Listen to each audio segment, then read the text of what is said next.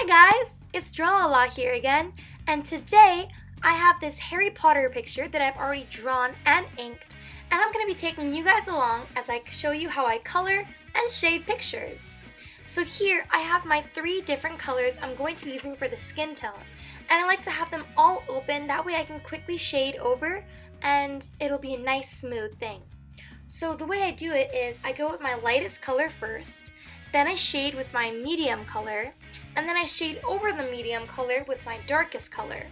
After I'm done with the shading, I like to go over again and do one quick coat with the lightest color again, just to make the shade nice and like a good blend. As you can see, I'm really taking my time here. Normally I don't shade too heavily, but for this video specifically, I wanted to focus a lot on how I shade. That's why I did a little more this time. And normally I don't plan where I'm going to shade. I just shade wherever I think's right in the moment. But normally I'll plan where I want the shadows to be. So I'll either say if I want the shadows to be on the right side or the left side. It all depends on if the character is facing a certain direction and I'm imagining the light source coming from that direction. See, when you shade, you're supposed to put the shadow where the darkest part is, meaning where the light isn't hitting. So under the neck, in between the fingers, around the nose, under the hair, that's all places where something is covering another thing. Yeah, I just did it under the hair, as you can see there. So that's it for the skin tone, I'm pretty sure. Now I'm moving on to the hair, and sometimes if I'm feeling extra, I'll plan out where the light is going to hit the hair, and I'll add in these shines. As you can see, there's sections that I'm leaving white, and I'm going to go back in those later and color it a lighter color. This is kind of like the opposite of shading. It's like a light. I don't know. Instead of making it darker, you make it lighter. So even though Harry Potter's hair is black, I left those parts white, and then I went in with brown to make it lighter. I feel like it's hard to see in the video, but I did color those parts brown. I didn't color it black. And then here, as you can see, I'm doing something with stripes. And I know it's kind of tricky to shade things that have stripes because it's 2 different colors you're shading. But what I do is, you can see, I got this orange. And because orange is like in between red and yellow. And normally if I'm trying to shade like a striped t-shirt or something, I'll find an in-between color and I'll use that one color to shade both of the colors. It's kind of a neat trick, but it works and it saves you from having to alternate from one color to another trying to shade. Now I use that same red for this robe. It was really bright, but one of the good things about shading is that you can kind of dim down a bright color. So I have this bright red and I'm shading with this darker, more muted red, and I think it really tones it down a lot. It makes it less boom in your face. And now I'm going in with the gray, and the good thing about this Ohuhu pack I have is that it gives you a lot of grays. It gives you cool grays, warm grays, and neutral grays. So that brings me to my next point.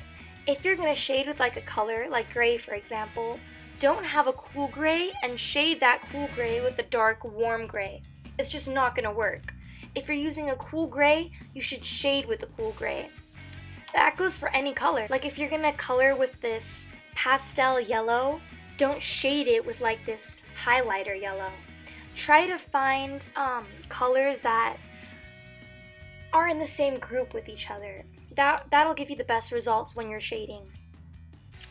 Now, one problem I have with this picture was that in Harry Potter's uniform, there's a lot of gray.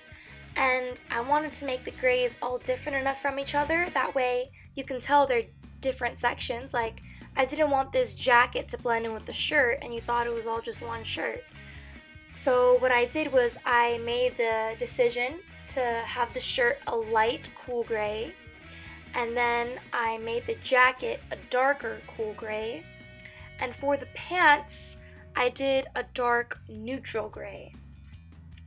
You can't really see it too well in the video, but in reality you can tell the difference between the grays.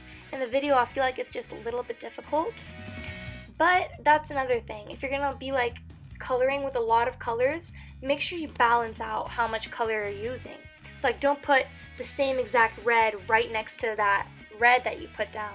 Try to give it a space, or if you have to, like I did in this case, have to put like a gray on top of a gray or a green on top of a green, try to make them different enough where the viewer can see that they're not two of the same things, they're disconnected. And then for this broom, I don't know if I did it accurate, but I wanted to add some of the Gryffindor symbols.